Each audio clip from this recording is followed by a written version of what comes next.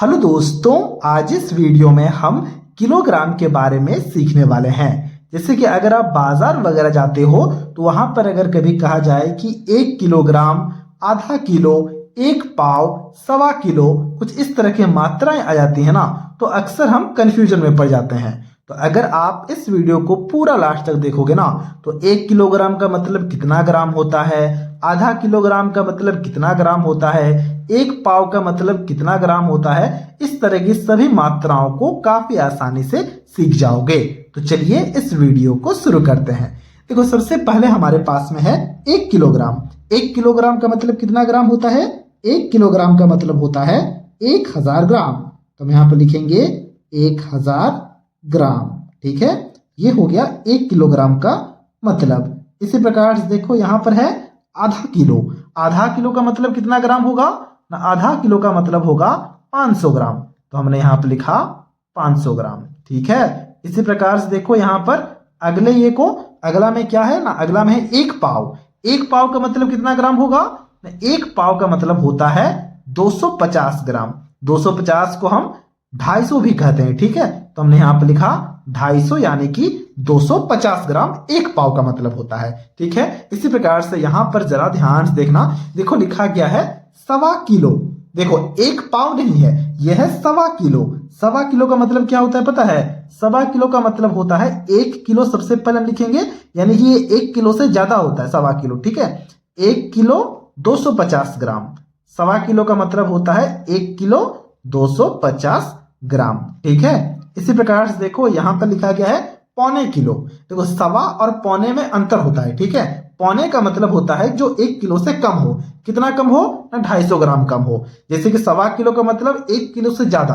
कितना ज्यादा ना? 250 ग्राम ज्यादा, इसलिए 1 किलो 250 ग्राम। और पौने किलो का मतलब होता है 1 किलो से कम। कितना कम ना? 250 ग्राम कम। तो अगर आप 1 किलो का मतलब 1000 ग्राम होता है, तो 1000 से अगर आप 250 माइनस करोगे ना, तो क्या आएगा ना? 750 ग्राम आएगा। तो 750 ग्राम हो जाएगा पौने किलो का मतलब। अब यहां पर जरा ध्यान से देखना।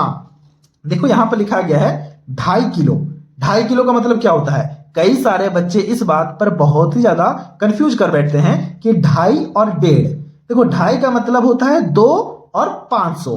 1.5 का मतलब होता है 1 और 500। ठीक है, तो 2.5 किलो का मतलब हो जाएगा 2 किलोग्राम। ठीक है, तो हम यहां पर लिखेंगे 2.5 किलो का मतलब हो जाएगा 2 किलो। ठीक है, और 500 ग्राम।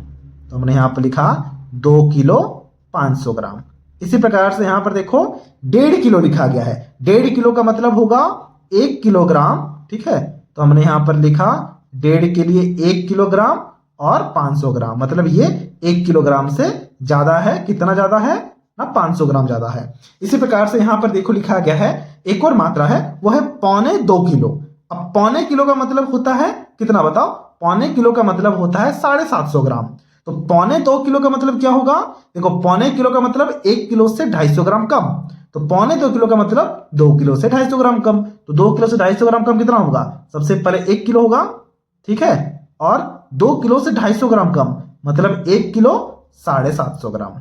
क्या बात को आप समझ पा रहे हो? जरा ध्यान से देखो, मैं यहां पर अच्छे से समझाऊंगा पौने 2 किलो के बारे में। देखो, पौने 2 किलो का मतलब हो गया 1 किलो 750 ग्राम। अब 2 किलो का मतलब क्या? 1 किलो प्लस 1 किलो। अब पौने 2 किलो का मतलब कि 250 ग्राम कम 2 किलो से, तो ये 1 किलो तो हमारा हो गया। और यहां पर जो 1 किलो है ना, इसका मतलब तो क्या होता है? 1000 ग्राम होता है। और 1000 ग्राम से पौने है, मतलब हमें 250 घटाना है। 250 हमने घटाया, ये आ गया हमारा 750 ग्राम। क्या बातों को समझ पा रहे हो? बिल्कुल समझ पा रहे होगे। अब आपके लिए एक सवाल होगा, जिसे भी आपको खुद से बनाना है। सवाल क्या है ना? सवाल है पौने 3 किलो। ठीक है, मैं यहां पर लेता हूं, सवाल है पौने 3 किलो। अब इसके आंसर को आपको खुद से निकालना है और हमसे कमेंट बॉक्स में जरूर से जरूर शेयर करना है। तो ये था आज का वीडियो। अगर आपको ये वीडियो अच्छा लगा है तो इस वीडियो को एक लाइक जरूर से जरूर कर देना।